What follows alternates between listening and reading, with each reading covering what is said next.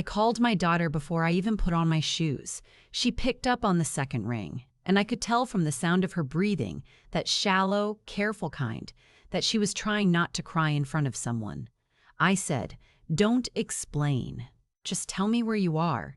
She said the name of the airport. I said, "Stay there," and I hung up. The drive took 19 minutes.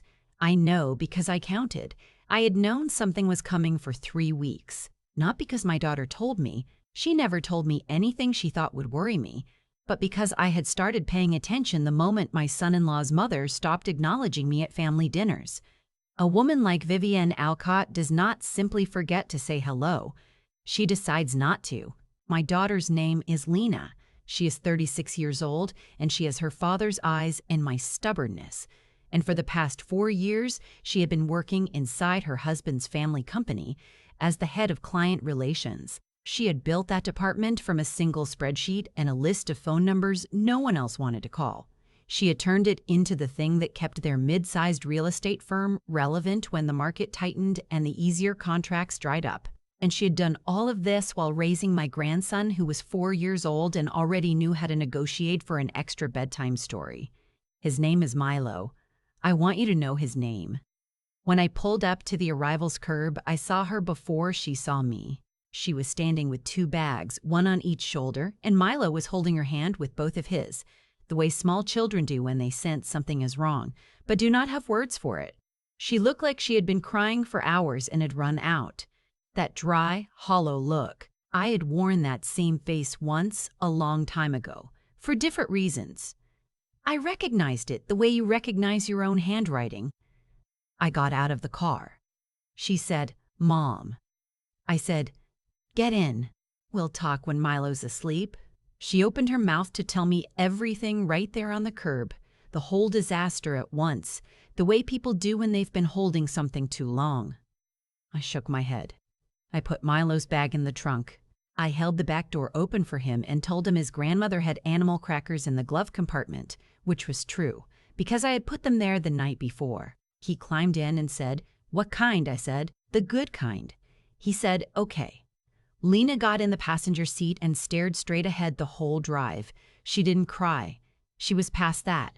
She just looked out at the highway and held her own hands in her lap, and I let her. It was only after Milo was asleep in my guest room, after I had sat beside him long enough to make sure he had settled, after I had turned on the small lamp in the hallway the way his mother had asked me to, that Lena came and sat at my kitchen table and told me what had happened. Her mother-in-law had called her into the office that morning, not her husband's office, Vivienne's office, the one on the top floor with the view of the river and the framed magazine covers on the wall and the particular kind of silence that powerful people cultivate on purpose. Lena had assumed it was about the Henderson account, which had been complicated for months. She brought her notes. Vivienne did not look at the notes. She told Lena that the company was restructuring.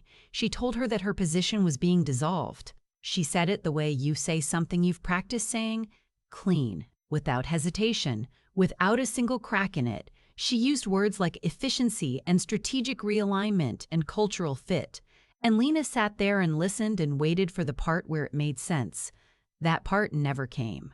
Then Vivienne said that given the transition, it would be best if Milo stayed with them for the time being, so that Lena could get settled, so that the disruption would be minimal for the child. She said it like a favor. She said it like she was doing Lena a kindness. Lena told me she had looked at Vivienne and said, "He's my son." And Vivienne had said, "Of course he is." And then she had slid a folder across the desk with paperwork inside, and the paperwork said, in language written by people who are paid specifically to make things sound reasonable that are not reasonable, that Lena was agreeing to a voluntary separation from the company and a temporary co-parenting arrangement in which primary residence would shift to the Alcott household. Lena said her husband, his name is Fletcher, and I am trying to write that name without my jaw tightening, and I am not entirely succeeding, had not been there. He had not been in the building. She had called him twice on the walk to her car, and he had not picked up. I listened to all of this without interrupting. I have learned over many years that the most important thing you can do when someone is telling you something terrible is to let them finish. People need to reach the end of the story themselves. They need to hear their own voice say the last word of it. Otherwise, they carry it around half-finished for the rest of their lives. When she was done, she looked at me and said, "I don't know what to do. I don't have the money for a lawyer right now. I don't have a money for a lawyer right now. I don't have anything, Mom." She took all of it, the job, the income, and now she wants Milo. I have nothing left. I reached across the table and put my hand over hers. I said, "That's not entirely true." She looked at me. I said, "Go to sleep. We have some things to discuss in the morning, but right now you need to sleep." She wanted to argue. I could see it. But she was also exhausted in the way that only betrayal exhausts you. Not just tired in the body, but tired in the place where you store your trust. She went to bed. I sat at the table for a while longer. I thought about Vivian Alcott and her framed magazine covers and her river view and the particular confidence of someone who has spent decades getting exactly what she wanted by controlling exactly who was around her. I thought about a conversation I'd had 11 years ago that Vivian did not know I remembered. Let me back up. Before I was Lena's mother sitting at a kitchen table at 11 o'clock at night, I was someone else. I am still that someone else. I spent 31 years working in commercial property, not selling it, not buying it, but assessing it. I understood land the way some people understand music, as a language with its own grammar, its own history, its own way of telling you what it's worth and what it's hiding. I built a small firm that did valuation work for banks, developers, and occasionally for individuals who needed to know what they were sitting on before they made a decision. I retired 4 years ago. That was the official story. What actually happened was this. I stopped taking new clients and I started being very selective about where I put the money I had spent 31 years accumulating. Not in the stock market, which I have never trusted the way people my age are supposed to. In land. In specific parcels of land, in specific locations, purchased quietly through a holding company I established in 2019 under a name that contains no part of my own name and is therefore not something anyone would think to search for. 11 years ago, at a dinner that Vivian had hosted and I had attended as the mother of my son-in-law's new girlfriend, I had sat next to a man named Douglas Alcott, Vivian's brother-in-law, considerably less polished than the rest of the family, who had drunk too much of the wine and told me, in the confiding tone of someone who mistakes chattiness for charm, that the family was planning a significant expansion, a new development. The cornerstone would be a building on a parcel near the waterfront, a particular address on Meridian Wharf. He had said it was the company's future. He said Vivian called it the crown jewel of everything they were building. I had smiled and asked about his golf game and filed that address in the part of my brain where I keep things I might need later. I did not do anything with it for 2 years. Then Lena married Fletcher, and I started paying closer attention to the Alcott family operation, the way you pay attention to a thing once it becomes part of your own life. And the more I paid attention, the more I understood that Vivian operated on a particular principle. She accumulated people the way she accumulated assets, and when a person stopped serving a purpose she had identified for them, she restructured. That was her word. I was learning. Restructure. She used it for buildings and she used it for people, and she seemed to see no meaningful difference. I made my first inquiry about the Meridian Wharf parcel in 2021. The situation was complicated. There were 2 adjacent lots with overlapping easement claims and a title issue that had been sitting unresolved for years because neither party had the appetite to press it. I had the appetite. I retained a real estate attorney in a city 3 hours away, and I pressed it quietly and I pressed it slowly. And in March of 2023, the title resolved cleanly in favor of the parcel that I had by that point acquired through my holding company. I owned the land beneath the building that Vivian Alcott had called her crown jewel. I had not told Lena. I had not told anyone, partly because I was not certain it would ever matter, and partly because the kind of protection that comes from silence is only useful if you maintain the silence until the moment it becomes necessary to end it. That moment was now. The next morning, I made coffee, and I waited for Lena to come downstairs. She came down looking like someone who had slept badly and thought hard and arrived somewhere she wasn't sure about. I poured her a cup. Milo was still asleep. We had maybe 40 minutes. I told her about the land. I told her about the holding company. I told her about the title resolution. I told her the address on Meridian Wharf, and I watched her face while she worked out what it meant, which took a moment, because when you are 36 and you have just had your life reorganized without your consent, your brain does not immediately jump to the possibility that your mother has been sitting on a real estate asset for 4 years that directly underlies your mother-in-law's flagship development. When she worked it out, she set down her coffee cup very carefully. She said, "Mom, does she know?" I said, "She does not." She said, "Fletcher?" I said, "No one." She was quiet for a long time. Then she said, "What does that mean for us?" "Legally," I said, "it means that the ground lease under that building was due for renegotiation 14 months ago, and the Alcott Company has been operating under a default extension that I have not yet elected to formalize or challenge, which means I can challenge it. It means their flagship property, the one they use in every pitch deck, the one on the cover of the brochure, the one Douglas told me about at dinner 11 years ago over that very good Bordeaux, sits on land that I own and that they need access to at terms I have not yet set." Lena looked at me for a long time. She said, "You've been waiting?" I said, "I've been paying attention." She said, "This whole time." I said, "I didn't know if I would ever need to do anything with it." I hoped I wouldn't. I hoped she would be a different kind of person. There is a particular grief in being right about someone. I want to say that clearly. There is no satisfaction in it. Not really. Not when being right means your daughter came home with 2 bags and a sleeping 4-year-old and a folder full of paperwork designed to take her life apart. Being right is not a comfort, but it is sometimes a tool. And I have never been too proud to use a tool. My attorney, the one in the city 3 hours away, whose name I will not include here because she deserves her privacy, had been holding a letter in escrow for 6 weeks.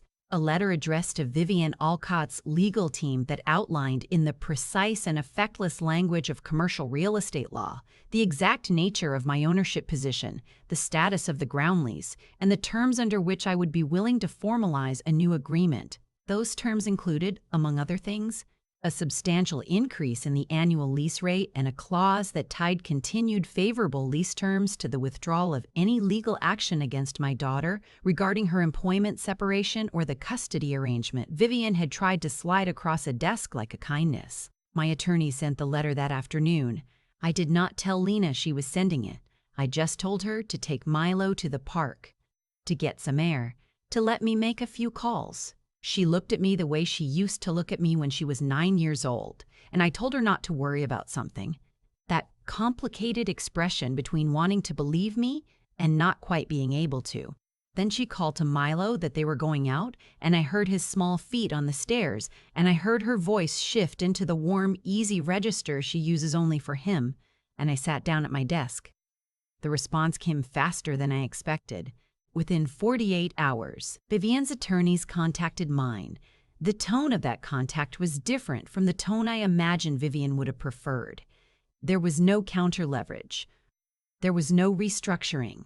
There was just the particular sound of people who believed they were standing on solid ground, discovering that the ground has different ideas. Vivian called my personal number on the 3rd day. I let it go to voicemail. She did not leave one. Fletcher called Lena on the 4th day. I know because she told me, sitting at the kitchen table again, this time with Milo drawing something complicated with crayons between us. She said he had called and he had said he didn't know, that he hadn't known what his mother was planning, that he was sorry, that he wanted to talk. She said she listened to all of it, and then she said she needed time and she hung up. I did not tell her what to do. That is not my place. What happened between Lena and Fletcher was theirs to resolve or not resolve, and I have enough respect for my daughter to understand that she is the one who has to live inside her own marriage, whatever shape it takes from here. What I can do is make sure she is not forced into any particular shape by someone else's financial pressure or legal maneuvering. What I can do is make sure the ground is solid under her feet. The formal agreement came together over the following 3 weeks. The employment separation paperwork was voided. The custody modification attempt was withdrawn completely.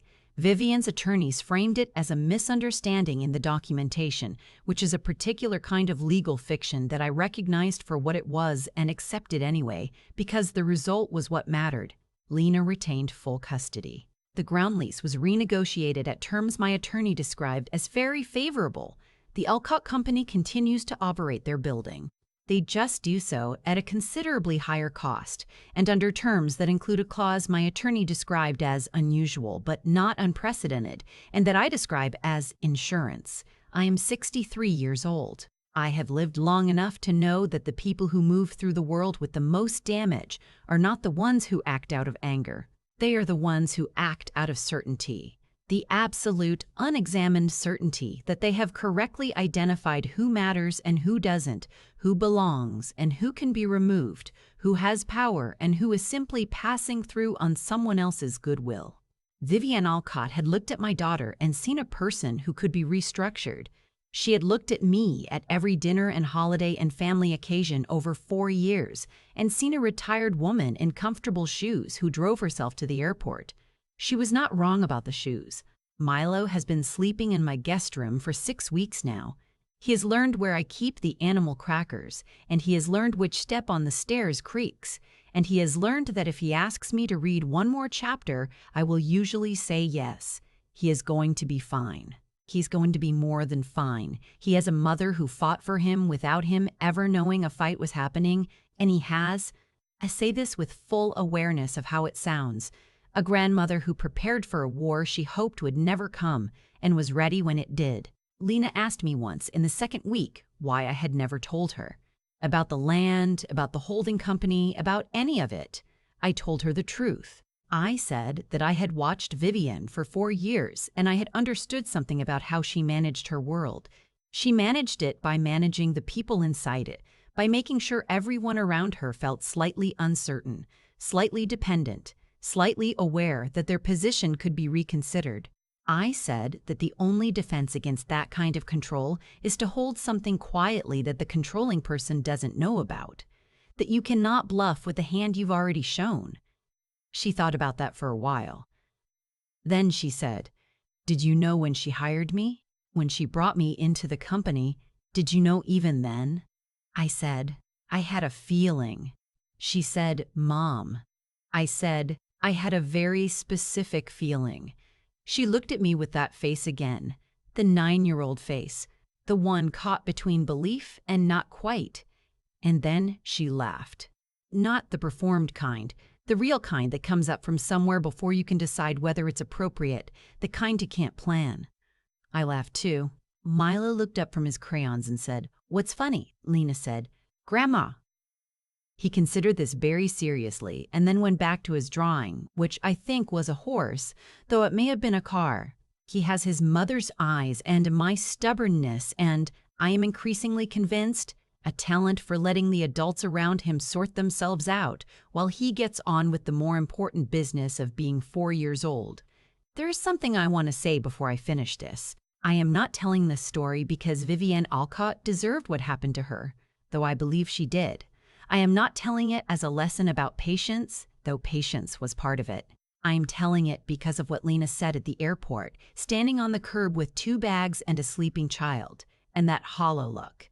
She said she had nothing left, and I need you to understand, not just hear, but understand, that she was not wrong from where she was standing. From inside the situation Vivian had constructed, there was nothing left. That was the design. The job, the income, the social world, the husband who didn't answer his phone, all of it had been arranged and then rearranged until the only voice Lena could hear clearly was the one that had decided she didn't belong. That is how it works. It starts small. A comment that lands wrong. A plan that gets changed at the last minute. A slow, careful repositioning of everyone around you until the circle of people you trust has shrunk to one, and that one is the person doing the damage. It is not dramatic. It does not announce itself. It just quietly narrows and narrows until one morning you are standing at an airport with 2 bags wondering how you got there. The answer to how you got there is not always something you can fix by yourself, and there is no shame in that. There is no weakness in having been managed by someone who is very good at managing people. The weakness would be in staying managed. Lena is not staying managed. She's looking for an apartment 2 miles from my house. She's been contacted by 2 firms since the news moved through the industry the way news does in a small professional world, and she is taking her time deciding. Milo starts pre-K in the fall. Fletcher. I will say this and only this about Fletcher has been present in a way that he was not before. What Lena does with that presence is her decision. I drive 19 minutes to the airport when my daughter needs me. That has always been true. It will always be true. But now she also knows that if someone tries to take the ground out from under her, I own the ground. And I have owned it for a long time. And I was never going to let it go. I have thought a lot about what it actually takes to protect someone you love, not the dramatic kind of protection, not the kind you see coming, with raised voices and slammed doors, the quiet kind, the kind that takes years and asks nothing in return and doesn't announce itself until the moment it has to. What Vivienne did to Lena was not an accident. It was a system. And I say that not with anger anymore, but with the clarity that comes from watching a thing play out exactly the way you feared it would. She had built her world on the assumption that she could determine who had value and who didn't, and she had been doing it long enough that she had stopped questioning the assumption.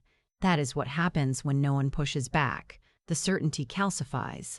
It becomes the only truth a person knows how to hold. But here is what I have learned. Not from a book, not from anyone who told me, but from 31 years of understanding how land works, how foundations work, how the things beneath the surface determine what can stand above it. The people who build on ground they don't own are always, eventually, surprised. Not because the ground shifts, because it was never theirs to begin with. They just never asked. Vivienne never asked. I am not telling this story as a warning to people like Vivienne. People like Vivienne do not hear warnings. I am telling it for the people like Lena, the ones standing up the curb with 2 bags and a sleeping child, the ones who have been so thoroughly managed that they have started to believe the managed version of themselves is the real one. It is not. The real one is still in there. She just needs some time and a mother who drove 19 minutes without asking questions. There is a kind of intelligence that gets overlooked because it doesn't announce itself. Lena had it. She built a department from nothing. She kept her composure in a room designed to make her feel small. She listened to paperwork that was meant to take her life apart and she did not sign it. That is not weakness surviving. That is intelligence operating under pressure. The world does not always recognize that kind of intelligence because it tends to be quiet, and the world rewards loudness. But quiet builds things. Quiet holds things together.